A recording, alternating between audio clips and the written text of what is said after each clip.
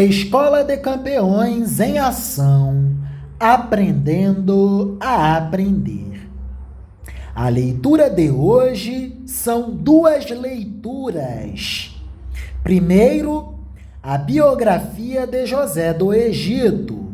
Posteriormente, a leitura do capítulo 39 do livro do Gênesis, do Antigo Testamento da Bíblia Sagrada. Vamos lá. A biografia de José do Egito. Texto elaborado a partir de texto da Biblioteca de Termos Wikipédia e também a partir de texto do portal Estilo Adoração.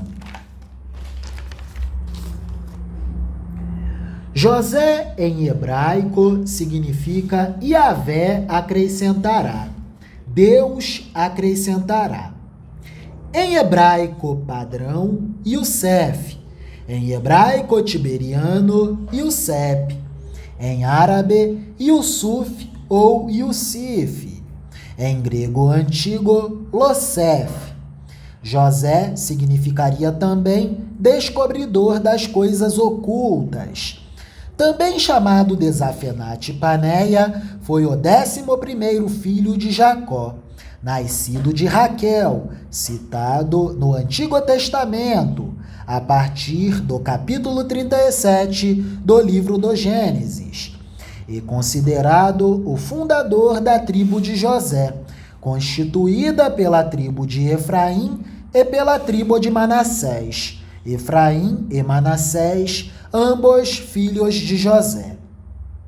Quando José foi nomeado homem de confiança do faraó, foi-lhe concedida a mão de Azenate, filha de Potífera, sacerdote de On, da cidade de Heliópolis.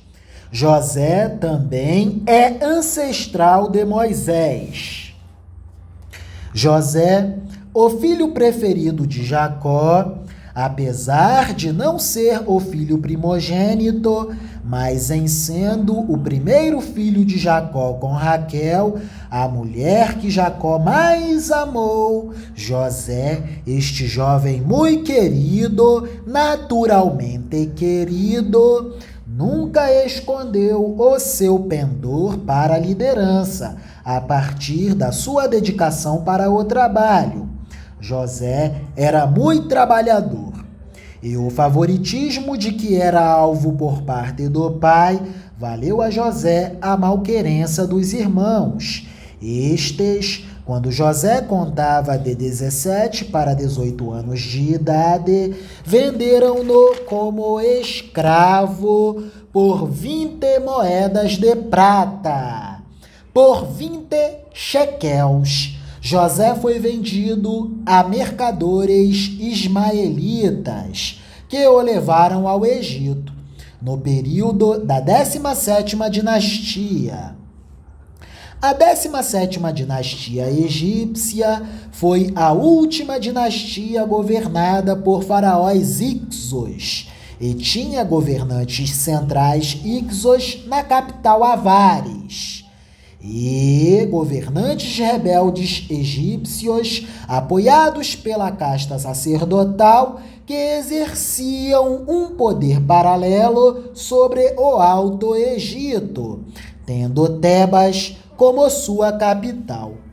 Popularmente, José ficou conhecido como José do Egito. Tal designação se dá por conta do modo como Deus o exaltou entre os egípcios. José nasceu em Padã Arã, 6 anos antes de Jacó retornar a Canaã. Nessa época, o patriarca Jacó tinha cerca de 90 anos de idade.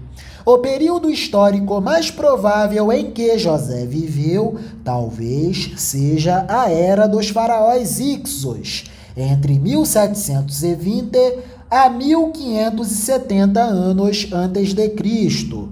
No Egito, José foi vendido pelos midianitas a Potifar, que era oficial de Faraó. Na casa de Potifar, José rapidamente se inteirou dos seus encargos de serviços. E isso se deu de modo tão rápido que o senhor Potifar promoveu José a administrador, gestor de todo o patrimônio dele, na casa da cidade e nas terras do campo. A partir daí, a esposa de Potifar começou a se interessar por José e tentou seduzi-lo. Porém, José era muito temente a Deus e ao senhor Potifar. Ao ser rejeitada, em sua última tentativa de seduzir José, a mulher de Potifar conseguiu ficar com a roupa de José nas mãos. Então, ela aproveitou-se disso para simular uma cena mentirosa e operar a ferramenta da mentira, inventando assim uma acusação denunciativa contra José. Seu marido, muito enfurecido, acreditou na acusação feita pela esposa e mandou José para a prisão. A prisão para a qual José foi enviado era a prisão para presos políticos. E mesmo em um lugar hostil, José foi muito abençoado por Deus e logo ocupou uma posição de destaque entre os presos, porque José era muito dedicado ao trabalho. Na prisão, José conheceu 2 funcionários da corte palacial da realeza do rei do Egito, o faraó. Tais servidores eram o padeiro Mor e o copeiro Mor. Ambos sonharam sonhos em uma mesma noite, e coube a José interpretar tais sonhos. Vale ressaltar que os sonhos, na cultura oriental da época, eram considerados presságios e encarados com muita seriedade e importância na vida das pessoas. O copeiro sonhou com uma videira de 3 ramos, que brotou, floresceu e deu uvas, as quais ele espremeu na taça do faraó e entregou a ele. Esse sonho significava que dentro de 3 dias o copeiro seria tirado da prisão e retornaria à posição do cargo que lhe pertencia. Após interpretar o sonho, José pediu para que o copeiro se lembrasse dele quando estivesse com o faraó, para que ele fosse tirado daquela prisão. O padeiro, por sua vez, sonhou que sobre a sua cabeça havia 3 cestos. No cesto de cima havia vários tipos de pães e doces que o faraó gostava. Porém, vinham aves do campo e comiam da cesta que estava sobre a sua cabeça.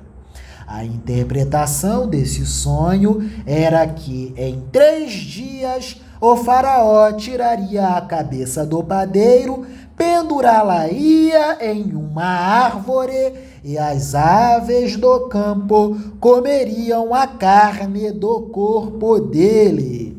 E tudo isso aconteceu conforme José tinha interpretado. Vamos agora à leitura do capítulo 39 do livro do Gênesis do Antigo Testamento da Bíblia Sagrada. Leitura realizada pelo jovem GY. Por favor, amada inteligência divina, ao seu trabalho. José na casa de Potifar. José foi levado para o Egito, onde os ismaelitas o venderam. Há um egípcio chamado Potifar, um oficial que era o capitão da guarda do palácio. O Senhor Deus estava com José. Ele morava na casa do seu dono e ia muito bem em tudo. O dono de José viu que o Senhor estava com ele e o abençoava em tudo o que fazia. Assim, José ganhou a simpatia do seu dono, que o pôs como seu ajudante particular. Potifar deu a José a responsabilidade de cuidar de sua casa e tomar conta de tudo o que era seu. Dali em diante, por causa de José, o Senhor abençoou o lar do egípcio e também tudo o que ele tinha, em casa e no campo. Potifar entregou nas mãos de José tudo o que tinha e não se preocupava com nada, a não ser com a comida que comia. José era um belo tipo de homem e simpático. Algum tempo depois, a mulher de seu dono começou a cobiçar José. Um dia ela disse: "Venha, vamos para a cama." Ele respondeu dizendo assim: "Escute, o meu dono não precisa se preocupar com nada nesta casa, pois estou aqui. Ele me pôs como responsável por tudo o que tem. Nesta casa eu mando tanto quanto ele. Aqui eu posso ter o que quiser, menos a senhora, pois é mulher dele. Sendo assim, como poderia eu fazer uma coisa tão imoral e pecar contra Deus?" Todos os dias ela insistia que ele fosse para a cama com ela, mas José não concordava e também evitava estar perto dela. Mas um dia, como de costume, ele entrou na casa para fazer o seu trabalho, e nenhum empregado estava ali. Então ela o agarrou pela capa e disse: "Venha, vamos para a cama." Mas ele escapou e correu para fora, deixando a capa nas mãos dela. Quando notou, ao fugir, ele havia deixado a capa nas suas mãos, a mulher chamou os empregados da casa e disse: "Vejam só, este hebreu que o meu marido trouxe para casa está nos insultando. Ele entrou no meu quarto e quis ter relações comigo, mas eu gritei o mais alto que pude. Logo comecei a gritar bem alto. Ele fugiu, deixando a sua capa no meu quarto. Ela guardou a capa até que o dono de José voltou. Aí contou a mesma história assim: Esse escravo hebreu que você trouxe para casa entrou no meu quarto e quis abusar de mim. Mas eu gritei bem alto e ele correu para fora, deixando a sua capa no meu quarto. Veja só de que jeito o seu escravo me tratou."